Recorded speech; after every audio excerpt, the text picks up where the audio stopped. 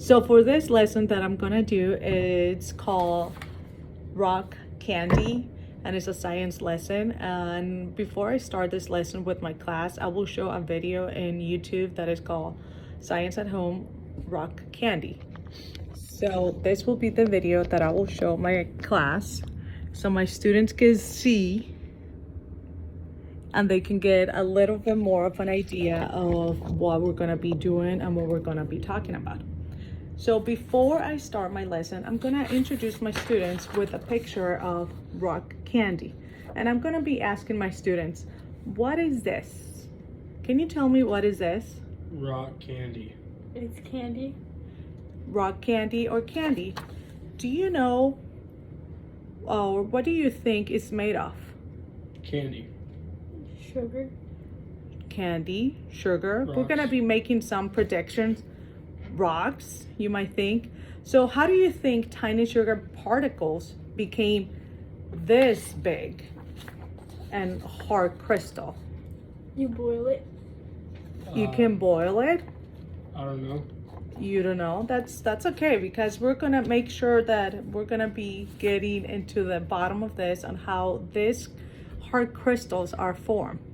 So we're gonna be writing these ideas on the board so everybody sees what everybody shared. Now, so everybody, now we're gonna say the rock candy is made out of sugar crystals that have grown together over time. When we dissolve lots of sugar in hot water, we can create what scientists call a supersaturated solution.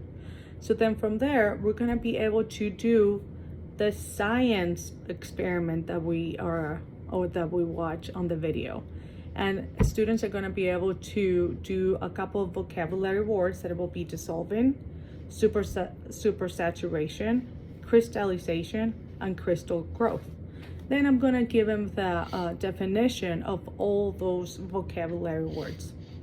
So now, when we're going to start the experiment, we're going to need some hot water, and we're going to be able to put the sugar in there so we can dissolve the sugar in there.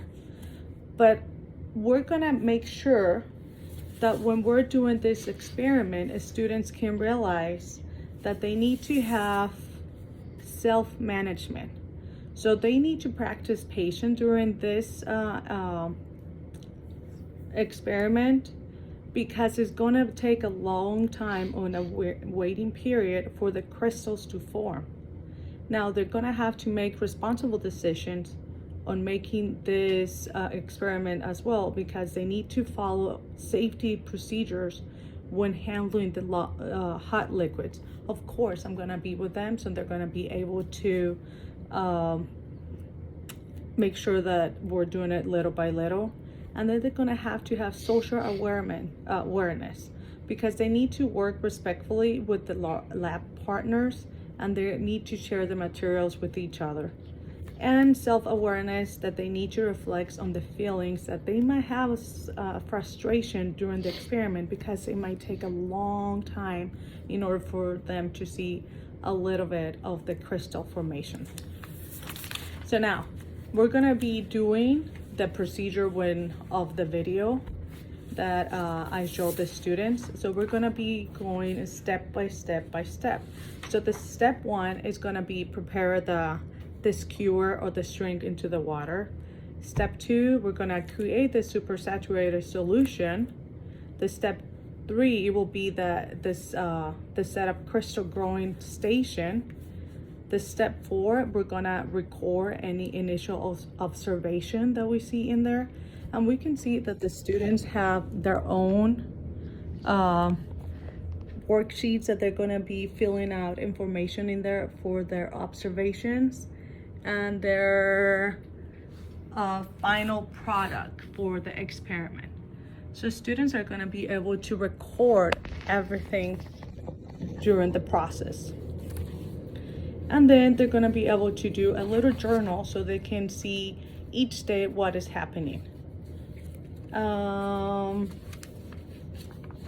Now, at the end, we're going to be able to check in on how did the practice patient during their experiment on their crystals, and how do they do when they felt frustrated when the crystals weren't growing fast enough as other students.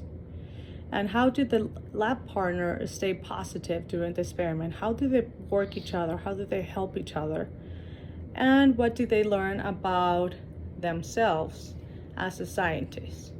So towards the end of our experiment, students are gonna be, like I said, they're gonna be doing their little journals and they're gonna record, and they will be good enough to do this with the help of myself and their lab partners.